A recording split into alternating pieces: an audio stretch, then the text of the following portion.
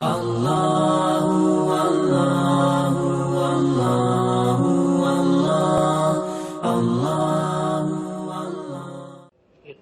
للناس حسابهم وهم في غفلة معرضون سبحان ربك رب العزة عما يصفون وسلام على المرسلين والحمد لله رب العالمين اللهم صل على سيدنا محمد وعلى آل سيدنا محمد وبارك وسلم اللهم صل على سيدنا محمد وعلى آل سيدنا محمد وبارك وسلم اللهم صل على سيدنا محمد وعلى آل سيدنا محمد وبارك وسلم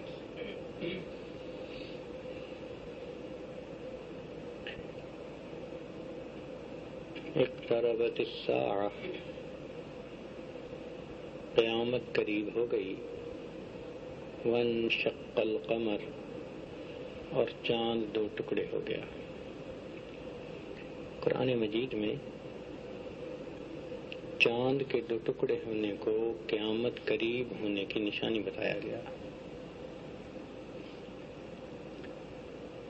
حدیث پاک میں ہے کہ نبی اسلام نے ارشاد فرمایا کہ میں اور قیامت اس طرح ملے ہوئے ہیں جس طرح ہاتھ کی دو انگلیاں ایک دوسرے کے ساتھ ملی ہوتی ہیں۔ نبی علیہ السلام درجے میں سب انبیاء سے بڑے تھے لیکن دنیا میں سب پہ آخر پہ آئے، اس لیے خاتم النبیین کہلائے۔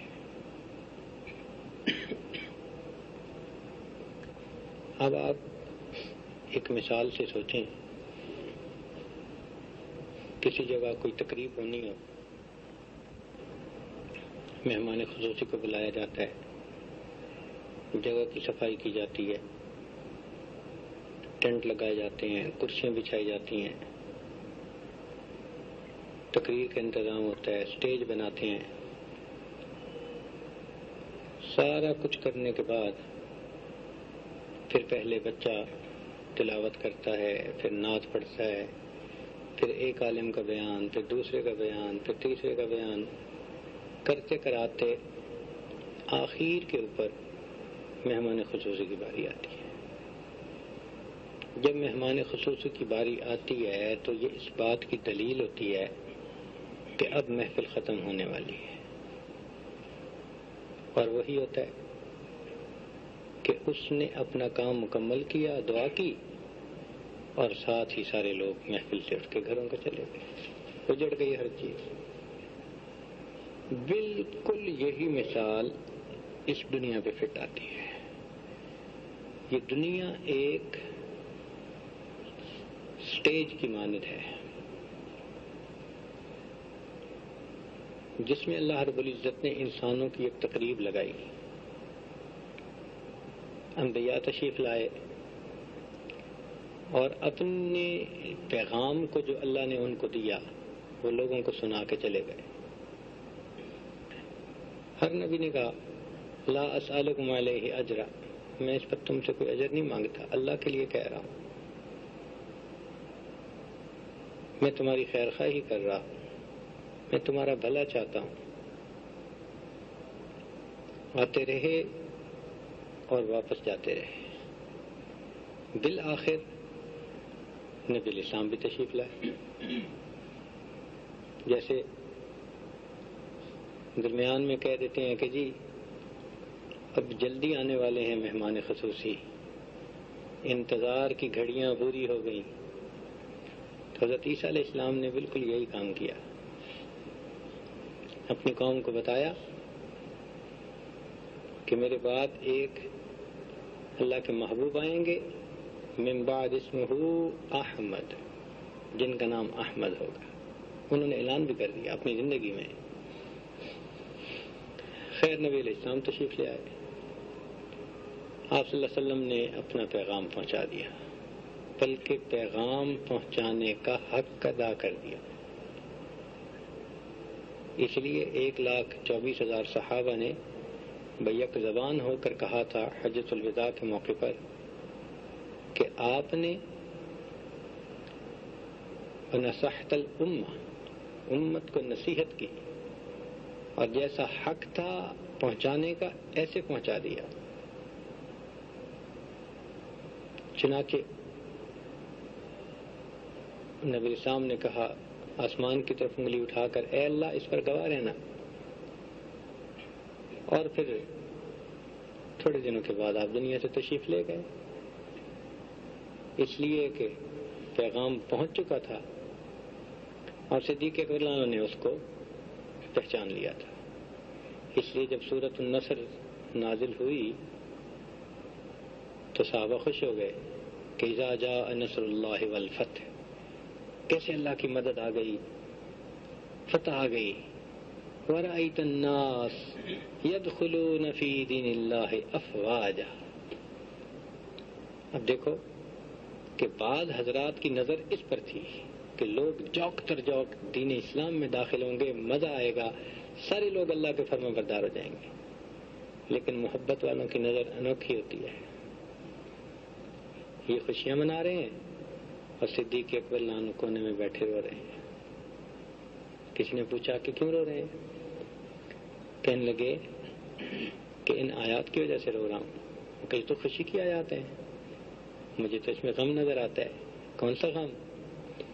کہ انبیاء تشریف لاتے ہیں ایک مقصد کے لیے، اور جب وہ مقصد پورا ہو جاتا ہے تو وہ واپس چلے جاتے ہیں، تو مجھے تو آیات بتا رہی ہیں کہ میرے محبوب کی جدائی کا وقت بہت قریب آ گیا۔ ان کی سوچ دیکھو کہاں پہنچی، محبت کی نگاہ ہی کچھ اور ہوتی ہے۔ خیر نبی علیہ السلام دنیا سے تشریف لے گئے، اور آپ صلی اللہ علیہ وسلم جانتے تھے کہ اب میرے جانے کا وقت قریب ہے، اس لیے عائشہ صدیقہ رضی اللہ تعالی عنہا کو آپ نے کہا بھی صحیح، ان کی ذہن دازی کی کہ عمر چھوٹی ہے، یکدم جدائی ہو گئی تو کہیں ذہنی اثر نہ ہو جائے۔ تو نبی علیہ السلام نے ایک مرتبہ کہا کہ حمیرہ،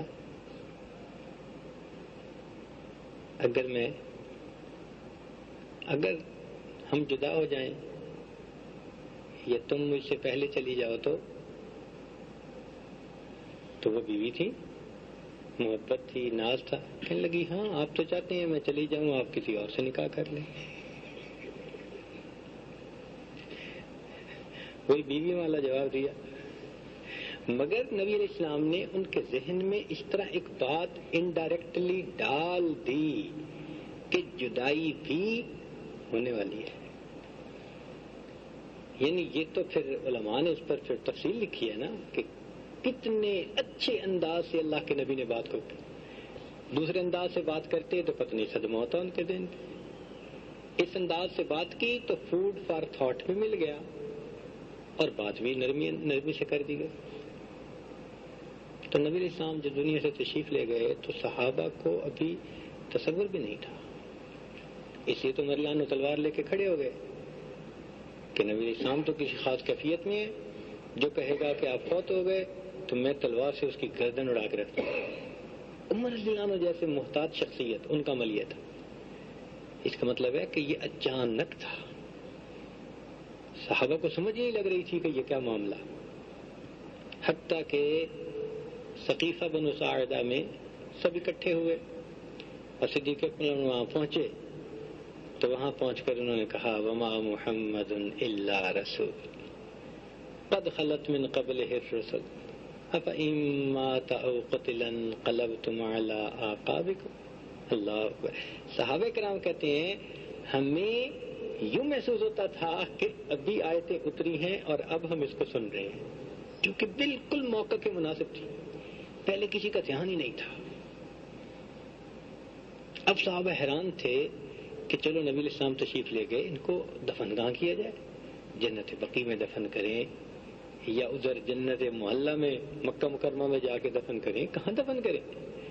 تو جہاں صحابہ تھک جاتے تھے نا، وہاں صدیق اکبر رضی اللہ عنہ کی محبت کی نظر کام کرتی تھی۔ صدیق اکبر رضی اللہ عنہ نہیں، نبی علیہ السلام نے میرے سامنے ارشاد فرمایا کہ انبیاء جس جگہ پر اللہ کے ہاں جاتے ہیں اور ان کی روح کو قبض کیا جاتا ہے، اسی جگہ پر ان کی قبر کو بنایا جاتا ہے۔ تو امت کے سامنے یہ مسائل صدیق اکبر نے کھولے. خیر نبی علیہ السلام نے ارشاد فرمایا کہ میں اور قیامت اس طرح اکٹھے ہیں جس طرح کے ہاتھ کی 2 انگلیاں ملی ہوئی ہیں. اب بھائی ہمارا جو وقت کا سکیل ہے نا، پیمانہ ہے، وہ اور ہے، اور اللہ تعالیٰ کے ہاں پیمانہ اور ہے. مثال کے طور پہ ہمارا دن 24 گھنٹے کا، اور اللہ تعالیٰ کے ہاں وَكَانَ يَوْمًا عِندَهُ 50,000 سنہ، 50,000 سال کا دن ہوا میرے مولا. کہاں 24 گھنٹے کا دن اور کہاں 50,000 سال کا دن. تو اللہ تعالیٰ کے ہاں تو پھر ایک دن اگر 50,000 سال کا ہے، اس کا مطلب ہے کہ ہمارے 2, 4, 5,000 سال اللہ کے ہاں بہت تھوڑے سے ہیں. ہمارے لیے زیادہ ہے نا. جو ذات ہمیشہ سے ہے اور ہمیشہ رہے گی اس کے لیے کیا زیادہ. بات سمجھے نا. اس لیے باوجود اس کے کہ بھائی قیامت قریب ہے، آج کتنا عرصہ گزر گیا؟ 1400 سال سے اوپر ہو گیا نا. 1400 سال گزر گئے. اب ہم ایک ایسے دور میں زندہ ہیں کہ جب قیامت کی بہت ساری نشانیاں پوری ہو چکی ہیں. اس لیے اس جمعہ کو جو پڑھایا اس حاجز نے قیامت کی کچھ نشانیاں بتائی تھیں. یوں لگ رہا ہے کہ جیسے منظر سج رہا ہے. آپ نے گھروں میں دیکھا ہوگا نا کہ جب افطاری کروانی ہو نا گھر میں کسی کی، تو عورتیں عصر کی نماز پڑھتے ہی نا دسترخوان لگا دیتی ہیں، برتن دھو کے اوپر رکھ دیتی ہیں اور پانی تیار کر لیتی ہیں اور باقی چیزیں بھی. حالانکہ ابھی وقت ہوتا ہے، لیکن عصر سے وہ دسترخوان سجنا شروع ہوتا ہے، اور افطاری سے 5 منٹ پہلے 10 منٹ پہلے تو دسترخوان ایسے سجا ہوتا ہے کہ بس ابھی کھا لو گے سب. ایسا ہی ہے نا. تو یوں ہی لگ رہا ہے کہ اس دنیا کی میدان میں اللہ تعالیٰ ایک منظر سجا رہے ہیں. وہ منظر کس کا؟ امام مہدی کے آنے کا، دجال کے آنے کا، عیسیٰ علیہ السلام کے آنے کا.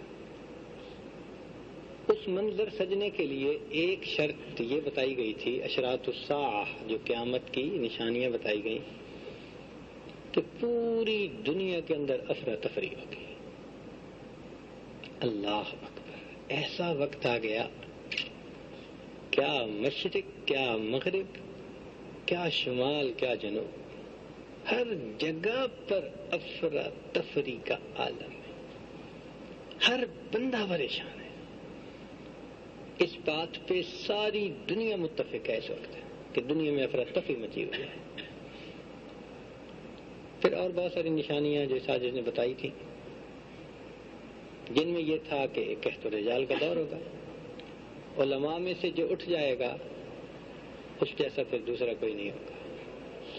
اور ہم دیکھ رہے ہیں، دیکھیں حضرت مفتی محمود رحمۃ اللہ علیہ گئے، ان جیسا کوئی سیاست کے میدان میں نظر نہیں آتا.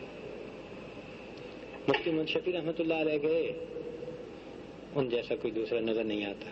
حضرت بناری رحمۃ اللہ گئے، کوئی دوسرا نظر نہیں آتا. حضرت درخواستی رحمۃ اللہ گئے، ان جیسا کوئی نظر نہیں آتا. مولانا یوسف الدیانوی دنیا سے گئے، ان جیسا کوئی نظر نہیں آتا. جو جا رہا ہے اس جیسا کوئی دوسرا نظر نہیں آتا. یہ کہت و رجال کا دور ہے. اور جو اس وقت ہیں وہ بھی ہیں جانے والے. اور اللہ کی شان دیکھو کہ جب وہ جائیں گے تو پھر ان جیسا بھی کوئی اور نہیں ہوگا. ہم اپنے حضرت رحمۃ اللہ علیہ کو آنکھوں سے دیکھا، دنیا سے تشریف لے گئے، اس کے بعد ہم نے ان جیسا شیخ دنیا میں نہیں دیکھا. پوری دنیا پھرے ہیں، ایک شخصیت ہم نے ایسی نہ دیکھی جیسے اپنے شیخ کو دیکھا. کہ ہے کہت و رجال کا دور. بہرحال یہ بھی نشانی پوری ہوتی نظر آتی ہے. علماء کو، دیندار لوگوں کو چن چن کے مارا جائے گا. اب بتاؤ کیسی پکی سچی نشانی ہے. آج ڈھونڈ رہے ہیں کس کو؟ دیندار لوگوں کو. ان کے ساتھ کوئی جائیداد کا جھگڑا ہے،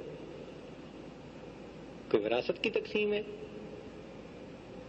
نہیں، صرف اس لیے کہ وہ فقط اللہ کی مانتے ہیں، اللہ کے سوا کسی کے سامنے جھکنے کے لیے تیار نہیں ہے۔ ڈھونڈو جی ان کو، پوری دنیا ڈھونڈنے میں لگی ہوئی ہے،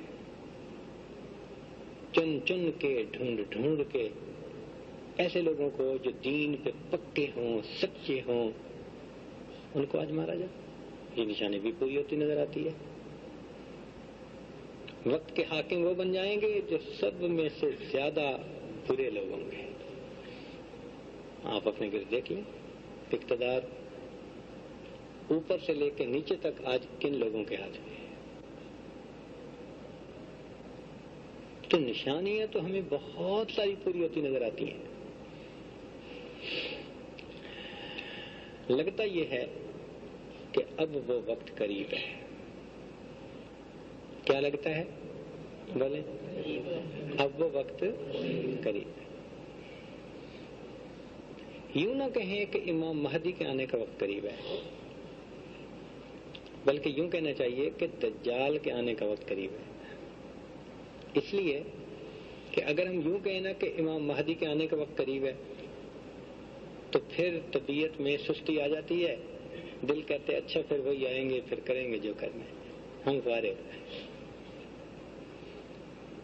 تو شیطان بندے کو سستی کی طرف مائل کر دیتا ہے، اور اگر یوں کہہ دیں کہ دجال آنے والا ہے تو دل کہتے اچھا بھائی جلدی سے توبہ کر لو، جلدی سے تیاری کر لو، اس سے پہلے ایمان بچا لو۔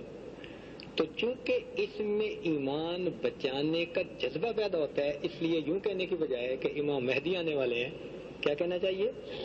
دجال۔ اور عجیب بات کہ صحابہ کرام رضی اللہ عنہم بھی یہی کہتے تھے۔ حدیث پاک میں آتا ہے کہ تیز ہوا چل پڑتی تھی، کوئی دھماکہ ہو جاتا تھا، آواز آتی تھی تو صحابہ پوچھتے تھے کہیں دجال تو نہیں آ گیا۔ حدیث پاک میں آتا ہے، ان کو اتنی فکر ہوتی تھی دجال کی۔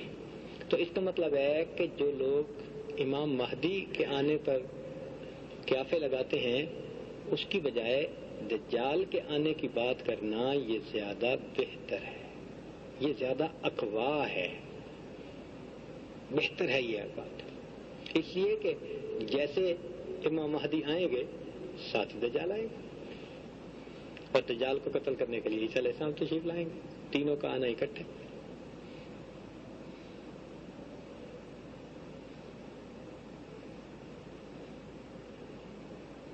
عیسیٰ علیہ السلام بھی آئیں گے اور مسیح الدجال بھی آئے گا۔ اس کو مسیح کیوں کہتے ہیں؟ حضرت عیسیٰ علیہ السلام کو بھی مسیح کہتے ہیں، لیکن دونوں میں فرق ہے۔ یہ مسیح کا لفظ دو طرح سے بنتا ہے، ایک مسحہ سے، مسح کا مطلب ہوتا ہے کسی چیز کو ٹچ کرنا، تو حضرت عیسیٰ علیہ السلام کا جو نام ہے وہ مسح سے ہے۔ کیا مطلب؟ وَأُبْرِئُ الْأَكْمَحَ وَالْأَبْرَصَ وَأُحْيِي الْمَوْتَىٰ بِإِذْنِ اللَّهِ، ہاتھ پھیر دیتے تھے اور برس کا مریض ٹھیک ہو جاتا تھا۔ تو اللہ تعالیٰ نے ان کو معجزہ ایسا دیا تھا، تو مسح سے ان کے بندے کی بیماریاں دور ہو جاتی تھی، اس لیے ان کو مسیح کہا گیا۔ اور یہ جو دجال ہوگا نا، یہ سیاحت سے مسیح ہے، سیاحت کرنے والا، یعنی تو چونکہ یہ پوری دنیا میں گھومے گا تو سیاحت ہوگا بدبخت، اس لیے اس کو بھی مسیح کہہ دیا۔ تو دونوں کے معنی میں فرق ہے۔ اور دجال کہتے ہیں کہ جو جھوٹ کو سچ ثابت کر دے، دجل اس کو کہتے ہیں، اور وہ ایسا ہی ہوگا گمراہ، مگر ایسی گمراہی پھیلائے گا کہ ساری دنیا اسے سچا سمجھنے لگ جائے گی، اس لیے وہ مسیح الدجال ہوگا۔ اس کے فتنے سے بچنے کی ہمیں کوشش کرنی ہے۔ تو لگتا یہ ہے کہ یہ وقت اب کافی قریب ہے۔ کتنا قریب ہے کوئی نہیں کہہ سکتا، نہ ہم دنوں میں تعین کر سکتے ہیں، نہ ہم مہینوں میں تعین کر سکتے ہیں، نہ سالوں میں تعین کر سکتے ہیں، ہم کچھ بھی نہیں کر سکتے، بس اتنا کہہ سکتے ہیں کہ قریب ہے۔ یہ بات ایسی ہے کہ جیسے ترازو بڑا ہو نا اور اس پہ 1 گرام 2 گرام تولنا پڑ جائے تو تلتا ہی نہیں ہے. بڑا ترازو جو ہوا وہ تو کلو تولنے والا ترازو ہے، اس میں گرام کا پتہ نہیں چلتا، 1 گرام اور 2 گرام 4 گرام. تو ہمارا ترازو ہے گراموں والا اور اوپر ہے ٹنوں والا. تو اس ٹنوں والے ترازو میں گراموں کا پتہ کیسا چلے؟ اس لیے وقت کا تعین نہیں کر سکتے، چونکہ ہمارا دن 24 گھنٹے کا اور اوپر کا دن 50,000 سال کا. تو بھائی اس ترازو میں وقت کی ترتیب کون دیکھے کہ کتنے دن کتنے مہینے، پتہ ہی نہیں چل سکتا. اس لیے بجائے یہ قیافے لگانے کے ایک موٹی سی بات کرنی چاہیے کہ دجال کے آنے کا وقت قریب آ گیا. ہر طرف عریانی، فحاشی اور غفلت کی زندگی ہے، تو دجال کے آنے کا وقت قریب ہے. یہ بات سمجھ میں آ گئی؟ 2 طرح سے یہ بات سمجھ میں آتی ہے کہ دجال کے آنے کا وقت قریب ہے. چونکہ دجال نے جب آنا ہے تو امام مہدی نے بھی آنا ہے. تو اصل میں تو امام مہدی کے آنے کی بات کر رہے ہیں، مگر بات کا انداز اور ہے. اللہ تعالیٰ نے بھی تو اس انداز کو پسند فرمایا نا. چنانچہ انسان کے بارے میں فرمایا کہ فَحَمَلَهَا الْإِنسَانُ إِنَّهُ كَانَ ظَلُومًا جَهُولًا. تو انسان کو ظلوم اور جہول کہا، مگر ظلم کا لفظ بتاتا ہے کہ ظلم وہی کرتا ہے جس میں عدل کی صفت بھی ممکن ہے، اور جہالت اسی میں ہو سکتی ہے کہ جس میں علم کی صفت ہونا بھی. کوئی لکڑی کو جاہل کہہ سکتا ہے، کوئی کسی بھینس کو جاہل کہہ سکتا ہے، اس لیے کہ جہالت اس کے اندر ممکن ہی نہیں، عقل ہے ہی نہیں، تو جہالت کا مسئلہ ہی نہیں.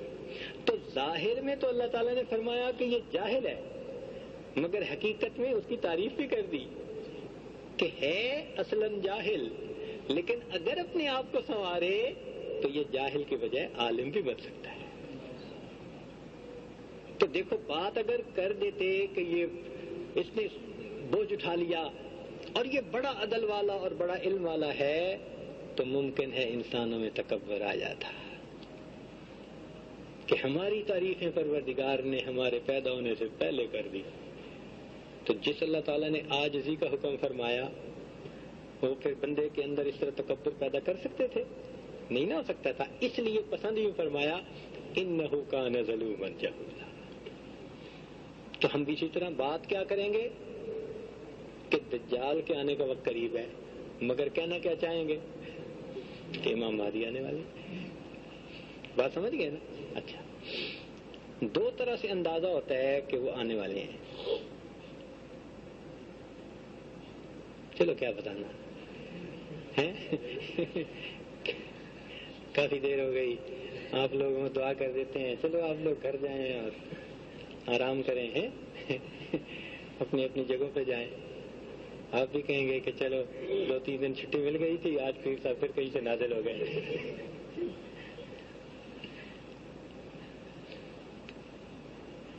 کیا ارادہ ہے بتائیں؟ اچھا دیکھیں، حدیث پاک میں آتا ہے نبی علیہ السلام نے ارشاد فرمایا کہ بنی اسرائیل کے 72 فرقے ہوئے اور میری امت کے 73 فرقے ہوں گے.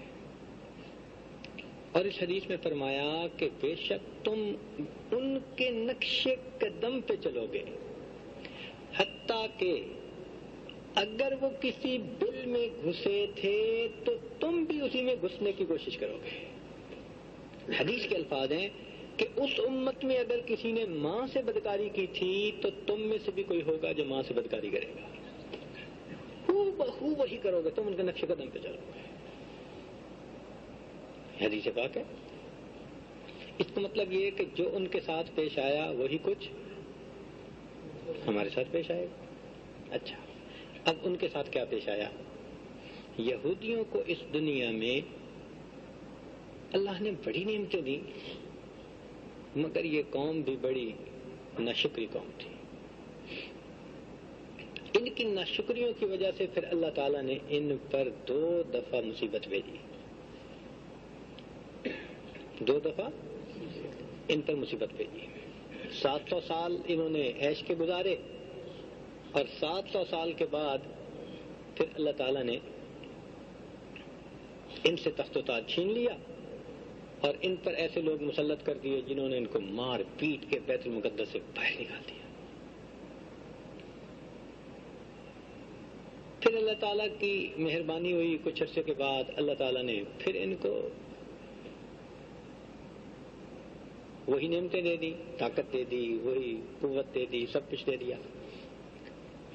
پھر انہوں نے وہی غفلت کی اور 700 سال کے بعد پھر دوسری مرتبہ ان کے اوپر پھر مصیبت آئی. پھر ان کی جو ہے نا خوب پٹائی ہوئی اور جو کچھ بیت المقدس میں تھا 50,000 سواریوں پہ اٹھا کے اس خزانے کو لے کر رومی جو تھے وہ روم میں چلے گئے. اس وقت وہ روم میں ہے سارا کچھ خزانہ.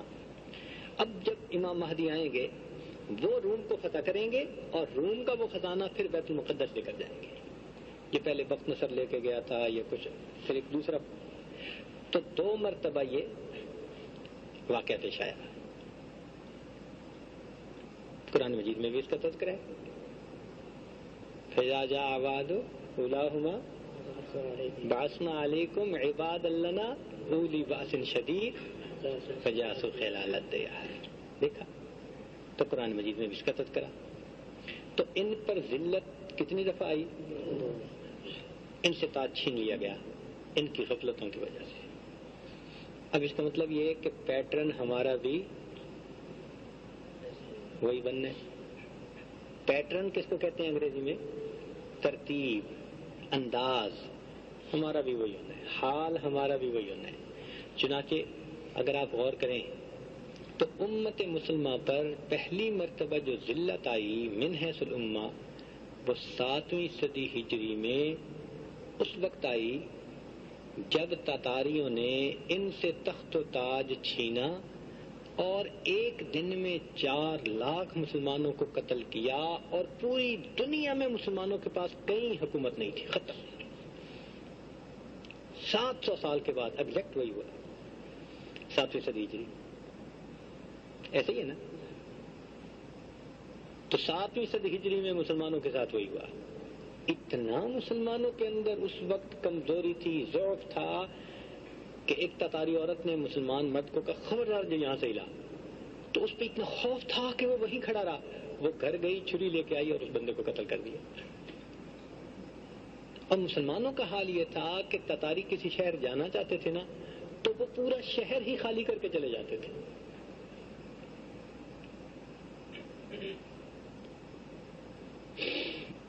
تو مسلمانوں کے پاس نہ تخت رہا، نہ تاج رہا، نہ حکومت رہی، نہ خزانے رہے، ذلت کی زندگی. یہ تو اللہ والے تھے جنہوں نے اس دور میں بھی سبحان اللہ اللہ کے دین کی حفاظت کی. 2 قوتیں تھیں اور دونوں پوشیدہ قوتیں جن کی وجہ سے دوبارہ اسلام کو قوت ملی. نہ جنگ سے ملی، نہ لڑائی سے ملی. ملی تو کس کی وجہ سے ملی؟ 2 پوشیدہ قوتوں کی وجہ سے ملی.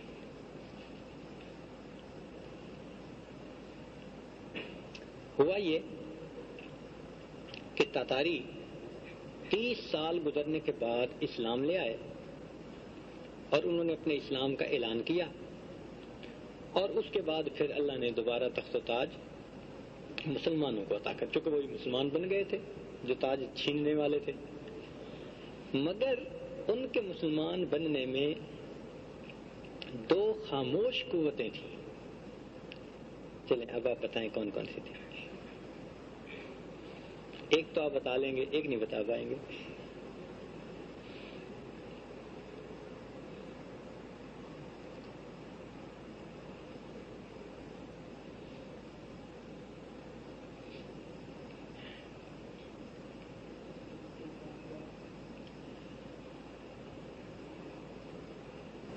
ایک خاموش قوت تو تھی اللہ والوں کی کہ جنہوں نے تاتاریوں کے دلوں پہ توجہات ڈالیں، ان پہ اثرات ڈالے اور ان اللہ والوں کی وجہ سے یہ تاتاری دین کے قریب ہوئے. ایک بزرگ تھے احمد دربندی رحمۃ اللہ علیہ. دربند ایک شہر تھا، وہاں رہتے تھے. تو تاتاریوں نے وہاں داخلے کا ارادہ کیا. سارے شہر کے لوگ شہر خالی چھوڑ کے چلے گئے، لیکن احمد دربندی رحمۃ اللہ علیہ اور ان کا ایک خادم وہ مسجد میں آرام سے بیٹھے رہے، اپنا ذکر مراقبہ اللہ اللہ. نقشبندی بزرگ تھے.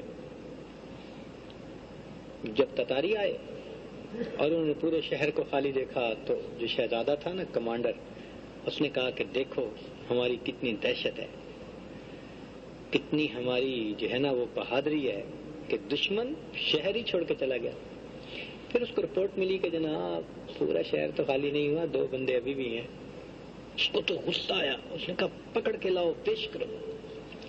چنانچہ پولیس آئی اور احمد دربندی رحمۃ اللہ کو ہتھکڑیاں لگائیں، اور ان کے خادم کو بھی، اور ان کو بادشاہ کے سامنے. وہ جو کمانڈر تھا ان کا بادشاہ زادہ، اس نے کہا کہ جب سب نکل گئے تم کیوں نہیں نکلے؟ کہا میں کوئی اپنے گھر میں تو نہیں تھا، میں تو اللہ کے گھر میں تھا. میں کوئی اپنے گھر میں تو نہیں تھا نا، میں تو اللہ کے گھر میں تھا. اس نے کہا پھر اب تمہیں اللہ بچائے گا؟ کہاں میرا اللہ مجھے. انہوں نے جب اللہ کہا نا تو اللہ کے کہنے سے وہ ہاتھ کی جو زنجیر تھی نا، ہتھکڑی، وہ ٹوٹی اور نیچے گری. جیسے ہی وہ نیچے گری نا تو اس شہزادے کے دل پہ ایک روب طاری ہو گیا. وہ سمجھ گیا کہ یہ کوئی عام شخصیت نہیں ہے. چنانچہ اس نے کہا اچھا ٹھیک ہے، آپ کو میں یہاں رہنے کی اجازت دیتا ہوں. بہانہ بنا لیا، وہ وہاں رہنے لگ گئے. اب یہ شہزادہ چونکہ متقد ہو چکا تھا دل سے، یہ رات کے اندھیرے میں کبھی کبھی ان کو ملنے آتا. حضرت اس کو نصیحت بھی کرتے، اس پر توجہات بھی دیتے. ایک دن حضرت نے اس کو بتا دیا کہ ایک وقت آئے گا کہ تجھے حکومت ملے گی، تو بادشاہ بنے گا. اس نے کہا جی اچھا، میں وعدہ کرتا ہوں کہ اگر مجھے حکومت ملی تو میں اسلام قبول کر کے اپنے اسلام لانے کا اعلان کر دوں گا. اب اگر کروں تو میرے اوپر والے کافر ہیں، وہ مجھے قتل کر دیں گے، تو مجھے اپنی جان بچانی ہے. میں ابھی نہیں یہ کہہ سکتا، لیکن جیسے آپ کہہ رہے ہیں اگر مجھے طاقت ملی، تاج ملا اور میں سب کا بڑا بنا تو میں اسلام کا اعلان کر دوں گا. چنانچہ 30 سال کے بعد اس نوجوان کو اللہ تعالیٰ نے بادشاہ بنا دیا اور اس نے اپنے اسلام قبول کرنے کا اعلان کر دیا. یوں مسلمانوں کے پاس دوبارہ تو ایک خاموش قوت کون سی تھی، اور ایک خاموش قوت اور بھی تھی.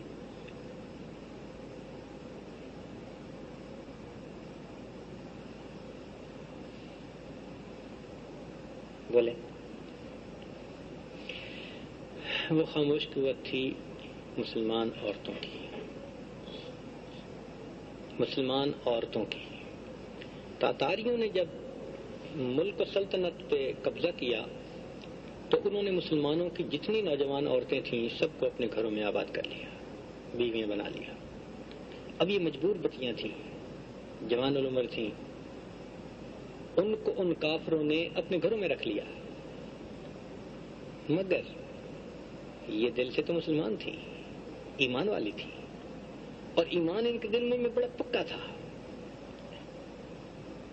الا من اکرہ وقلبہ مطمئن بالایمان.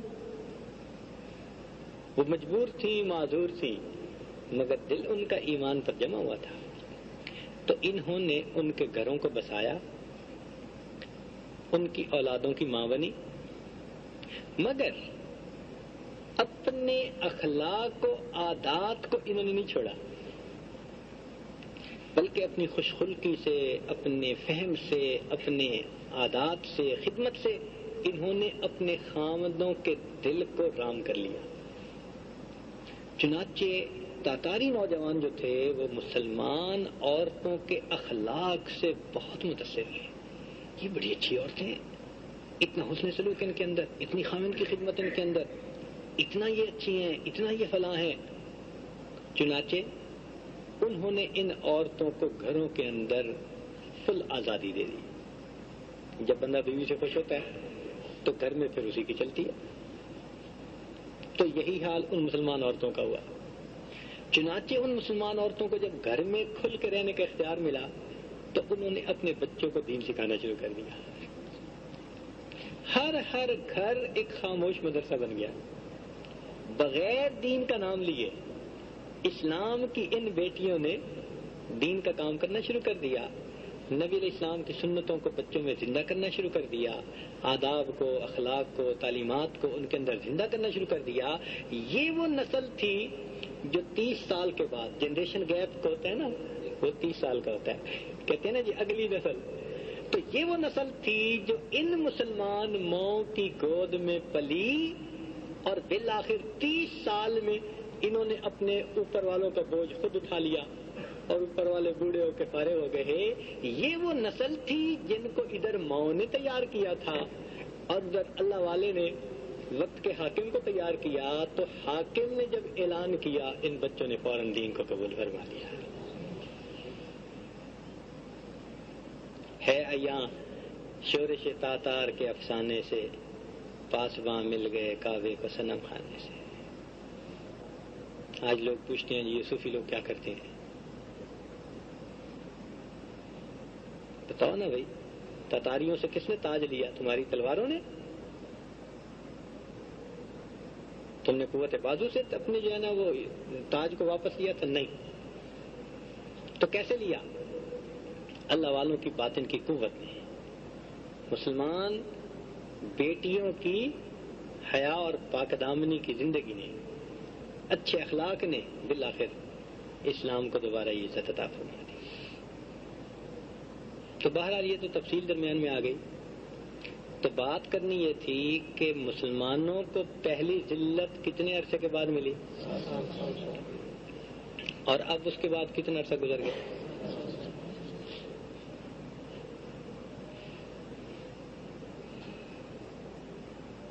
تو اس کا مطلب تو یہ کہ بالکل ایگزیکٹ وقت آ گیا ہے اور ہم اب بھی سیدھے نہیں ہوئے. ہماری غفلتوں کا عالم وہی ہے، جاگے کوئی نہیں. ہم ہر بندہ بس اپنی جنت بسانے میں لگا ہوا ہے، دنیا سمیٹنے میں لگا ہوا ہے. جو دین کا کام کرنے والے ہیں ان کو کہتے ہیں یہ تو جاہل ہیں. علماء کو پڑھا لکھا ہونا چاہیے. یعنی ایک جگہ مفتی صاحب تشریف لائے تو ماشاءاللہ کافی جید عالم تھے، مفتی تھے. تو جب مل کے گئے نا تو ایک آدمی بیٹھا ہوا تھا، نیا تھا، مجھ سے پوچھا یہ مفتی صاحب پڑھے لکھے ہیں؟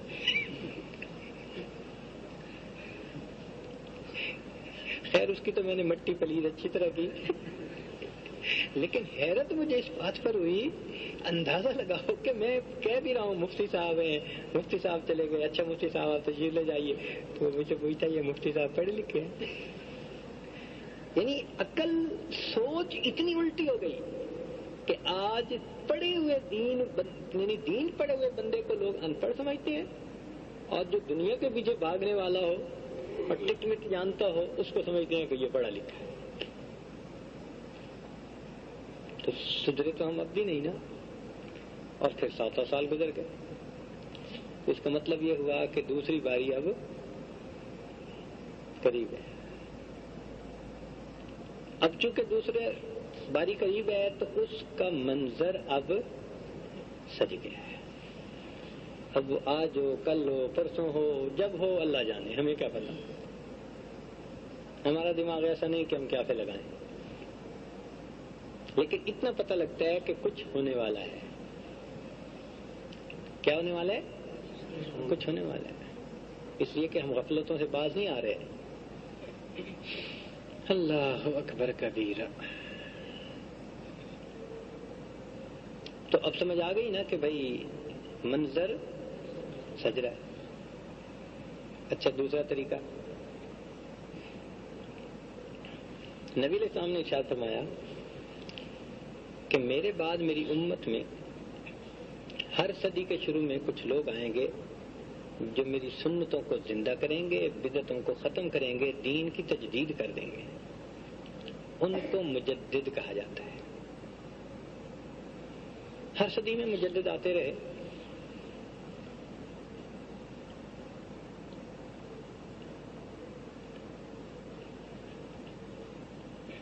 جن کی وجہ سے اللہ تعالیٰ نے مختلف مواقع پر دین کو زندہ کیا. جیسے رسول آتے رہے نا پہلے، ایسے ہی ہر 100 سال کے اندر مجدد آتے رہے. پھر جیسے رسولوں میں اولو العزم رسول آئے تو ان مجدد حضرات کے اندر بھی بڑے مجدد بھی آئے کچھ عرصے کے بعد. مثال کے طور پر اگر آپ غور کریں تو 5ویں صدی ہجری میں شیخ عبد القادر جیلانی رحمۃ اللہ علیہ تشریف لائے. 6 صدی کا شروع، 5ویں ختم ہو گئی، اور وہ بڑے مجدد تھے. ان کے بارے میں کتابوں میں لکھا ہے کہ لاکھوں لوگ دین پر آئے اور انہوں نے توحید پر لوگوں کو جمع کر دیا، اور ایسا اللہ نے ان کو درس دیا نا، اس کی قوت دی تھی کہ ایک مرتبہ انہوں نے اللہ کے جلال پر بیان کیا تو 15 جنازے مجمع میں سے اٹھے اور قبرستان لے جانے پڑے. 15 جنازے اٹھے، ایسی توجہ تھی، بڑے عجیب حالات. اور واقعی اللہ نے ان کو ولایت کا بڑا اعلیٰ مقام دیا تھا. اور انہوں نے کہا بھی صحیح کہ قدمیہ اعلیٰ، میرا قدم تمام اولیاء کی گردن کے اوپر ہے. اور واقعی اپنے وقت میں ان کا قدم جو تھا وہ تمام اولیاء کی گردن پر ہے. تو وہ اپنے وقت کے کیا تھے؟ بڑے مجدد تھے اپنے وقت کے. پھر مزید 500 سال گزرے تو 5 اور 5 تو 10ویں صدی ہجری جب ختم ہوئی تو 11ویں کے شروع میں ایک بزرگ پیدا ہوئے جن کا نام تھا احمد سرہندی، اور ان کو کہا گیا مجدد الف مجدد الفانی. بات سمجھ آ گئی؟ یہ دوسرے بڑے مجدد آ گئے. اور اب 15ویں صدی شروع ہو گئی. 1425 جو ہم کہتے ہیں تو اس کا کیا مطلب ہوتا ہے کہ صدی کون سی چل رہی ہے؟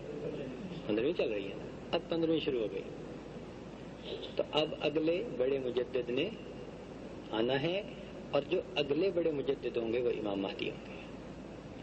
کیونکہ مجدد ثانی نے لکھا ہے کہ اب میرے بعد جو بڑا کوئی روحانیت والا آئے گا وہی امام مہدی ہوگا. انہوں نے لکھا یہ نہیں ہوگا کہ امام مہدی اور ان کے درمیان کوئی ایک اور مجدد آ جائے، نہیں، بڑے مجدد اور نہیں ہوں گے. اس لیے اس ترتیب سے بھی اگر دیکھیں تو کیا لگتا ہے کہ امام مہدی کے آنے کا وقت اب وہ کب آ جائیں اللہ جانے، لیکن وقت قریب ہے. اس حدیث پاک سے بھی ثابت ہوتا ہے، اس حدیث پاک سے بھی ثابت ہوتا ہے، اور حالات بھی بتا رہے ہیں. اس لیے کہ ہر ایکشن کے بدلے ری ایکشن ہوتا ہے، ہر عمل کے بدلے رد عمل ہوتا ہے. جب اتنی برائی دنیا میں آ جائے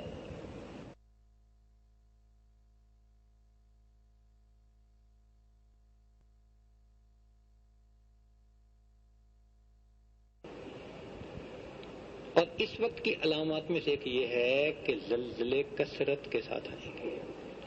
زلزلے کثرت کے ساتھ آئیں گے. آپ حیران ہوں گے کہ 8 تاریخ کو زلزلہ آیا تھا اور آج کیا تاریخ ہے؟ 20. 12 دنوں کے اندر 700 سے زیادہ مرتبہ زلزلے آ چکے ہیں. 12 دن کے اندر 700 سے زیادہ، 750 کا عدد لکھا ہے. اتنے جھٹکے لگ چکے ہیں، کوئی چھوٹے کوئی بڑے، مگر ٹوٹل جھٹکے جو لگے ہیں وہ کتنے؟ 750 جھٹکے لگے ہیں. اللہ اکبر 12 دنوں کے اندر. اس کا مطلب ہے کہ زمین نے ابھی قرار نہیں پکڑا، زمین پرسکون ہوئی ہی نہیں. وہ جیسے کوئی چیز تھرتھرا رہی ہوتی ہے نا، پھر تھرتھراتی ہے، پھر تھرتھراتی ہے. اچھا بھائی ایک دن میں کتنے زلزلے آئے ہوں گے؟ اگر 750 ہوں تو 12 دنوں کے اندر روزانہ 60 زلزلے ہیں. 60 کا کیا مطلب؟ اگر 24 گھنٹے ہوں تو 1 گھنٹے میں کتنے آئے ہیں؟ 24 یا 72 ہوتا ہے نا جی. چلو 2 سمجھ لیں تو ہر آدھے گھنٹے میں زلزلہ. اس کا کیا مطلب؟ زمین نے قرار نہیں پکڑا. اور سائنسدانوں نے کیا بتایا ہے؟ انہوں نے بتایا ہے کہ یہ زلزلے آئندہ 15 سال تک جاری رہ سکتے ہیں. ابھی میری بات ہوئی کشمیر میں، ہمارے ایک ساتھی ہیں تو وہ کہہ رہے تھے کہ ایک ملک کے سائنسدان آئے ہیں اور انہوں نے اپنے آلات فٹ کیے اور یہ کیا. تو انہوں نے 2 باتیں بتائی ہیں. پہلی بات تو انہوں نے یہ بتائی کہ جو زلزلہ آیا وہ اتنی طاقت کا تھا کہ 600 یورانیم کے بم اگر کسی جگہ مارے جاتے تو اتنی طاقت پیدا ہوتی جتنی اس زلزلے کے اندر طاقت تھی. 600 یورینیم بموں کے برابر. حالانکہ ایک بم پھینکا گیا تھا تو شہر نیست و نابود. تو زلزلے کی طاقت انہوں نے ماپی تو زلزلے کی طاقت 600 بموں کے برابر تھی. پہلی بات. اور دوسری بات انہوں نے کہا کہ نیچے اتنا لاوا ہے، آگ ہے، کہ اس لاوے کو ٹھنڈا ہونے میں بھی 15 سال لگیں گے. 15 سال سے پہلے یہ ٹھنڈا نہیں ہو سکتا. اس دوران اس خطے کے اوپر زلزلے آتے رہیں گے. تو جو قرب قیامت میں زلزلوں کا کثرت سے آنا ایک نشانی ہے نا، وہ نشانی بھی پوری ہوتی نظر آتی ہے. پوری ہوتی نظر آتی ہے. اللہ اکبر. یہ زلزلہ عجیب تھا، عام معمول کے زلزلوں سے بالکل مختلف تھا. یعنی عام زلزلے تو آتے ہیں نا تو عمارتیں یوں ہلتی ہیں، دائیں بائیں ایسے ہلتی ہیں. اس زلزلے کے اندر عمارتیں اوپر نیچے ہو رہی تھیں.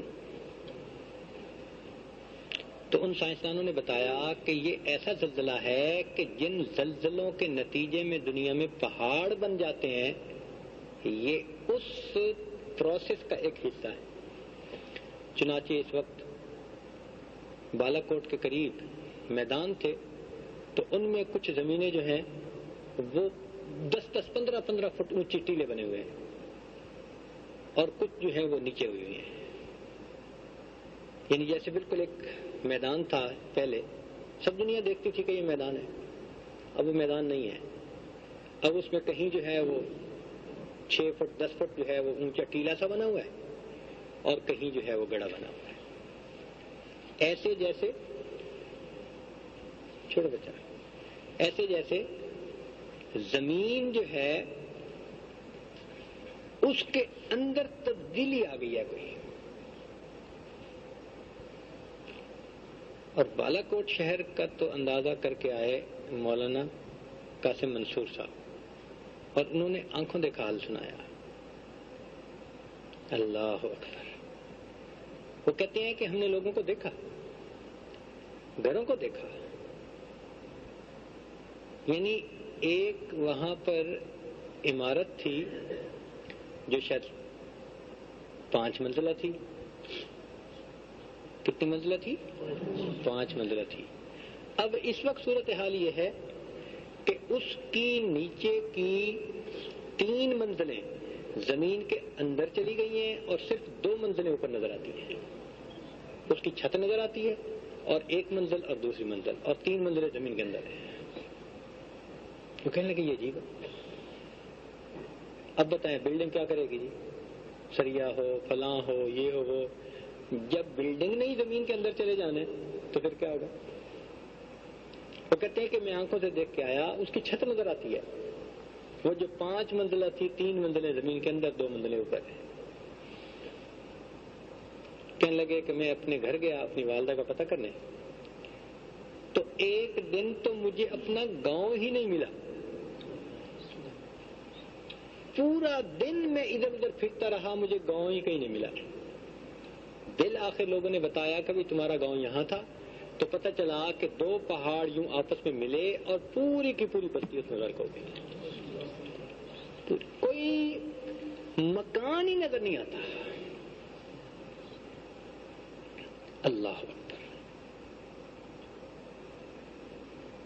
سنتے تھے کہ بستیاں زمین میں دھسا دی جاتی ہیں، لیکن اب تو آنکھوں سے دیکھنے والی بات ہو گئی۔ وہ کہنے لگے کہ ہم تعین نہیں کر سکے کہ ہماری بستی کہاں تھی۔ اب بتاؤ، جب ایک بندے کو شہر کا ہی پتہ نہ چلے، بستی کا ہی پتہ نہ چلے کہاں تھی، تو کیا ہوا ہوگا؟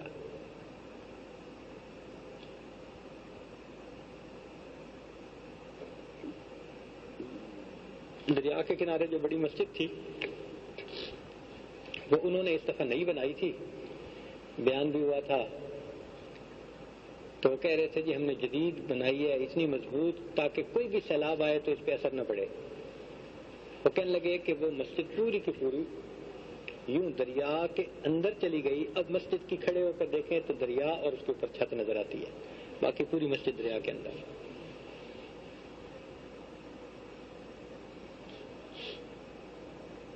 اللہ اکبر کبیرہ۔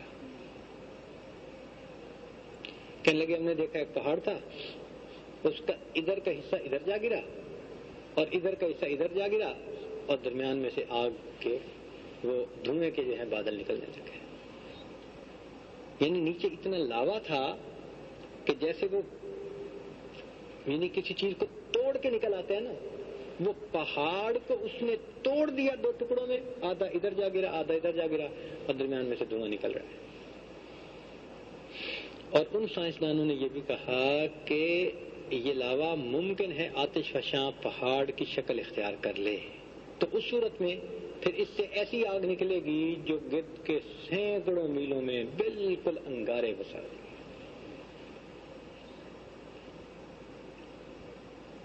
یہ ابھی انہوں نے کہا کہ یہ ہو سکتا ہے کہ ایسے ہو، کیونکہ زمین کو قرار نہیں آ رہا، لاوا ختم نہیں ہو رہا، تو کہیں جا کے تو ایڈجسٹمنٹ ہونی ہے نا۔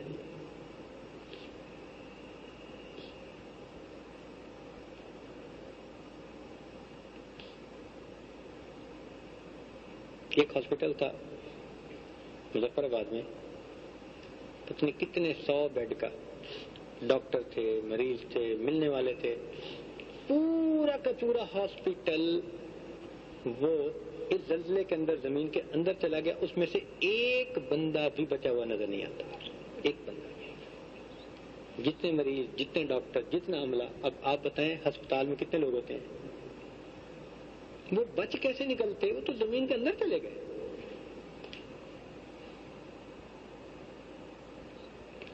تو جو لوگ زلزلے کے وقت موجود تھے نا، میری ان سے ملاقات ہوئی، ان سے میں نے پوچھا، وہ کہنے لگے کہ ہم تو یوں تھے نا بیٹھے ہوئے، تو یوں لگتا تھا جیسے اوپر کو لے جا رہا ہے پھر نیچے لے کے آ رہا ہے، پھر اوپر لے کے جا رہا ہے پھر نیچے آ رہا ہے۔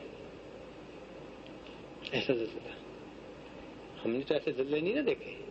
ہمارے زلزلے تو یہ ہوتے ہیں زمین تھوڑا یوں ہلتی ہے اور ہلتے نظر آتے ہیں، مگر یہ تو کام ہی دوسرا تھا۔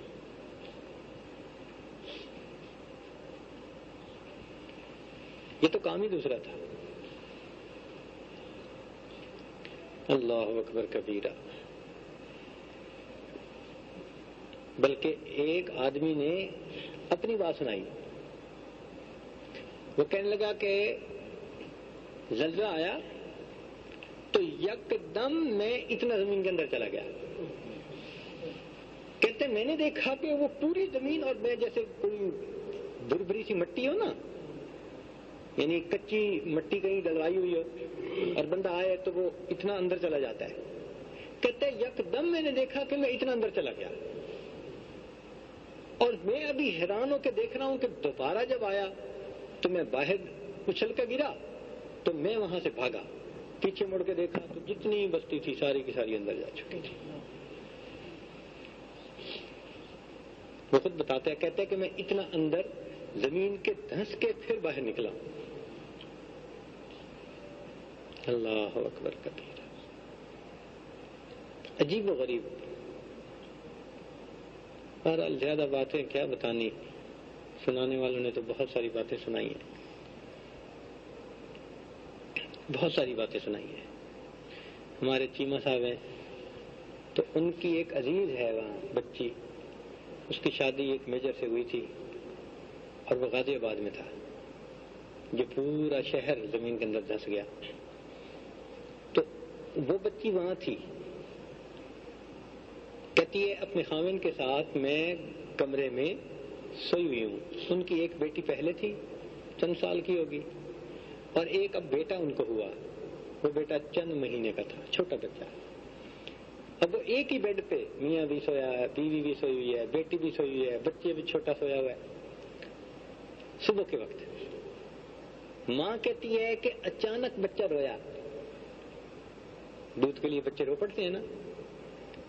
تو غلبہ نیند کی وجہ سے پہلے تو میں نے سوچا کہ کچھ نہیں، تھوڑی دیر پڑا رہنے دیں.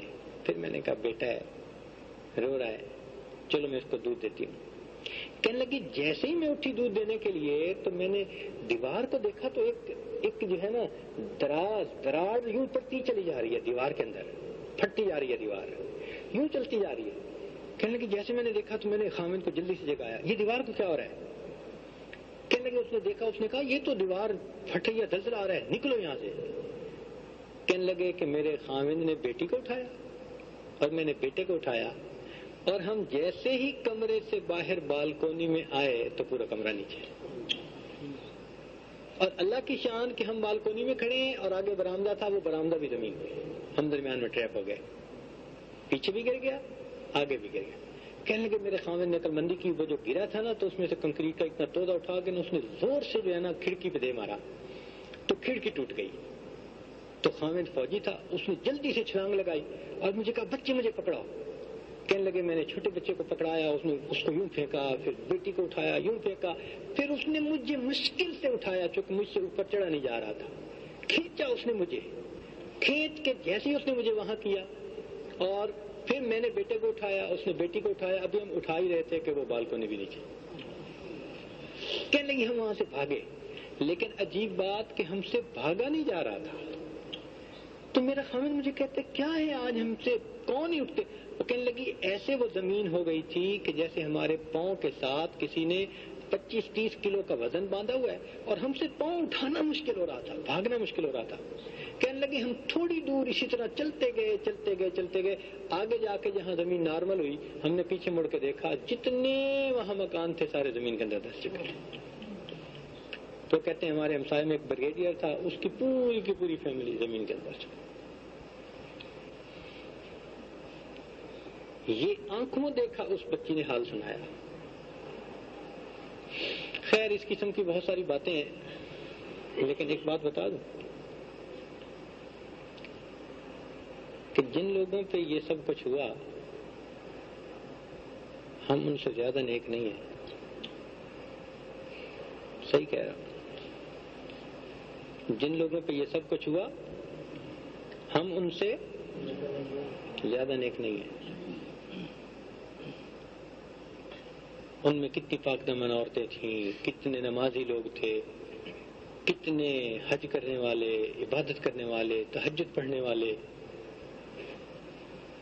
فرق اتنے کہ کسی کا وقت پہلے آنا تھا اور کسی کو اللہ نے عبرت کے لیے زندہ رکھنا تھا. بس اتنا فرق ہے، اور کوئی فرق نہیں ہے. یہ مت ذہن میں لانا کہ وہ سب گناہگار تھے اور ان کے ساتھ یہ ہوا اور ہم بڑے نیکوکار ہیں جو آج زندہ بیٹھے ہیں. کیا پتا کل کو پھر زلزلہ آئے اور ہم بھی اسی طرح سطح زمین کی بجائے زیر زمین جائے.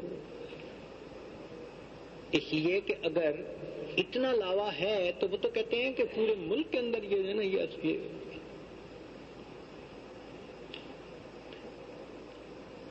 تو جن لوگوں پہ یہ ہوا اس لیے نہیں ہوا کہ ہم نیک تھے وہ برے تھے، نہیں. یہ اس لیے کہ تکوینی فیصلہ ایسے تھا. کس لیے ایسا ہوا؟ اللہ کے ہاں تقدیر میں لکھا ہوا تھا کہ ان لوگوں نے وقت سے پہلے چلے جانا تھا اور ہم نے ان کے بعد چند دن زندہ رہنا. تو میں اس کو اس انداز میں کہہ رہا ہوں کہ ان کی مہلت اللہ نے پہلے ختم کر دی اور ہمیں اللہ تعالیٰ نے چند دن مہلت اور دے دی، اس لیے کہ یہ زیادہ مکار ہیں، زیادہ گناہگار ہیں، زیادہ بدکار ہیں.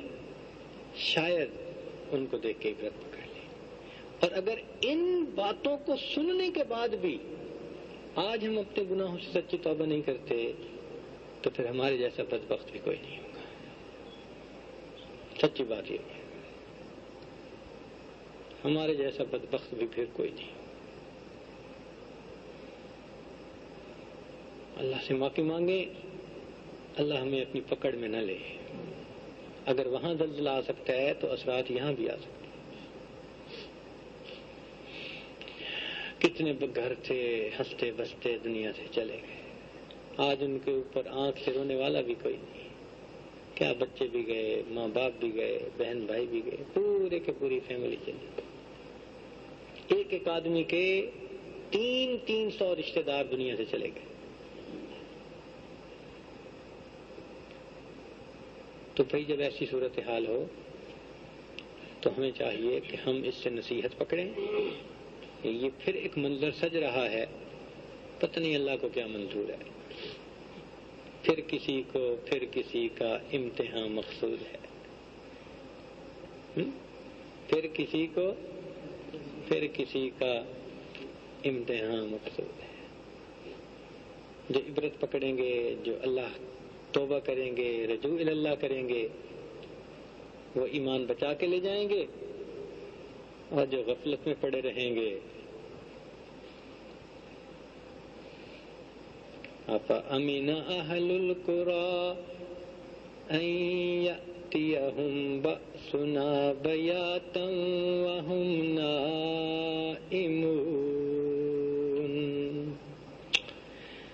اللہ اکبر! کیا یہ بستی دیسوں والے امن میں آ گئے؟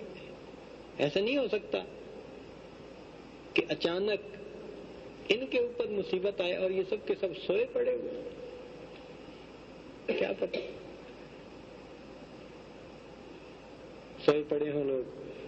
اور اللہ کی طرف سے دیکھو، سوئے ہوئے تھے نا کتنے لوگ اس وقت، سوئے ہمیشہ کے لیے سو گئے.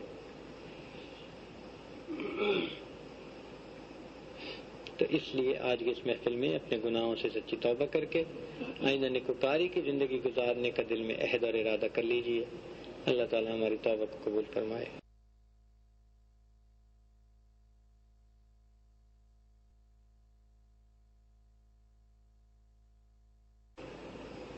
أَفَأَمِنَ أَهْلُ الْقُرَىٰ أَن يَأْتِيَهُم بَأْسُنَا بَيَاتًا وَهُمْ نَائِمُونَ.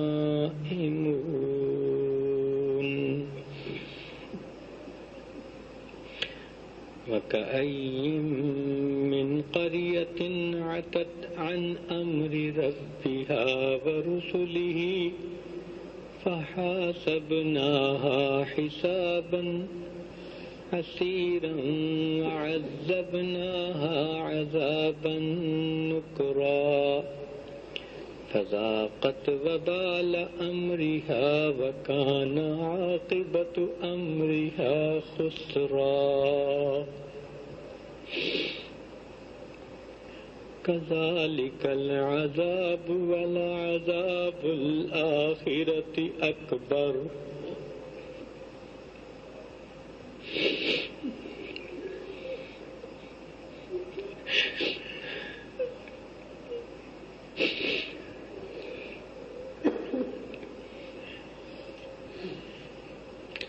فَاعْتَبِرُوا يَا أُولِي الْأَبْصَارِ.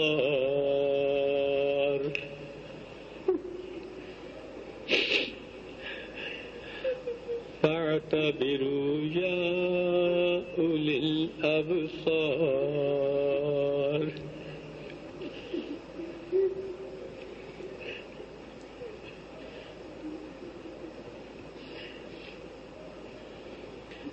أَفَلَا يَرَوْنَ أَنَّهُمْ يُفْتَنُونَ فِي كُلِّ عَامٍ مَّرَّةً أَوْ مَرَّتَيْنِ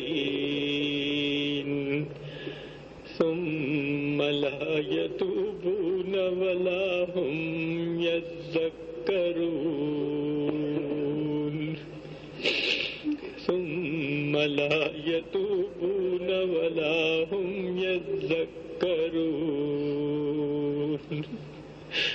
ثم لا يتوبون ولا هم يذكرون.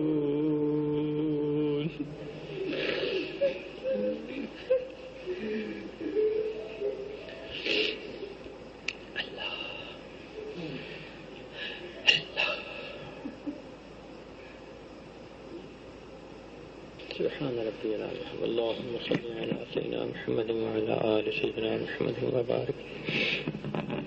ربنا ظلمنا أنفسنا وإن لم تغفر لنا وترحمنا لنكونن من الخاسرين. اے مولا ہم گناہگار ہیں، خطا کار ہیں، بدکار ہیں، اپنے گناہوں کا اقرار کرتے ہیں. میرے مولا آپ سے کچھ چھپا ہوا نہیں ہے، آپ ہمارے سینوں کے بھید جانتے ہیں. میرے مولا آج ہم ہر گناہ سے سچی توبہ کرتے ہیں، ہم نیک انسان بننے کی نیت کرتے ہیں. اللہ ہمیں برائی سے بچا لیجیے، نیکی کی زندگی عطا فرما دیجیے، نفس اور شیطان کے مکر و فریب سے بچا لیجیے. اللہ ہمیں کہیں مصیبت میں گرفتار نہ کر لیجیے، عذاب دنیا میں نہ دیجیے. اللہ اپنی رحمت کا معاملہ فرمائیے. رب کریم ہماری ان دعاؤں کو قبول فرمائیے. اے اللہ جو ہمارے بہن بھائی اس زلزلے کی مصیبت میں گرفتار، ان کی مصیبت کو اللہ ختم کر دیجیے. اے اللہ پریشانیوں کو دور کر دیجیے، امت مسلموں کو عزت رفتہ عطا فرما دیجیے. رب کریم ہمیں اس وقت میں نیکی پر استقامت عطا فرما دیجیے. اے اللہ نیکی پر استقامت عطا فرما دیجیے. میرے مولا رحمت کا معاملہ فرما دیجیے. اے اللہ ہمارے ٹوٹے پھوٹے عملوں کو قبول کر لیجیے. جتنے بھی دوستی احباب یہاں موجود ہیں اللہ سب کو اپنے مقبول بندوں میں شامل کر لیجیے. اے اللہ جیسے آپ خوش ہوتے ہیں ہمیں ویسا بننے کی توفیق عطا فرما دیجیے. اے اللہ ہم چاہے نہ چاہے پیشانی کے بالوں سے پکڑ کے ہمیں نیک بنا دیجیے. رب کریم ہم چاہے نہ چاہے پیشانی کے بالوں سے پکڑ کے ہمیں نیک بنا دیجیے. اے اللہ آپ کے پیارے محبوب صلی اللہ علیہ وسلم نے بتلایا کہ رمضان کا دوسرا عشرہ مغفرت کا عشرہ ہوتا ہے. اے اللہ آج کی رات ہماری مغفرت فرما دیجیے، ہماری بخشش فرما دیجیے، قصوروں کو معاف فرما دیجیے. اللہ ہمیں جہنم سے بری فرما دیجیے، پسندیدہ جگہ جنت عطا فرما دیجیے. اللہ اپنے مقرب بندوں میں شامل فرما دیجیے. میرے مولا جو مانگا وہ بھی عطا فرما، جو مانگنا چاہیے تھا نہیں مانگ پائے ہمیں وہ بھی عطا فرما. ربنا تقبل منا انك انت السميع العليم وتب علينا انك انت التواب الرحيم. صلی اللہ تعالی علی حبیبہ سیدنا محمد وآلہ واصحابہ اجمعین برحمتک.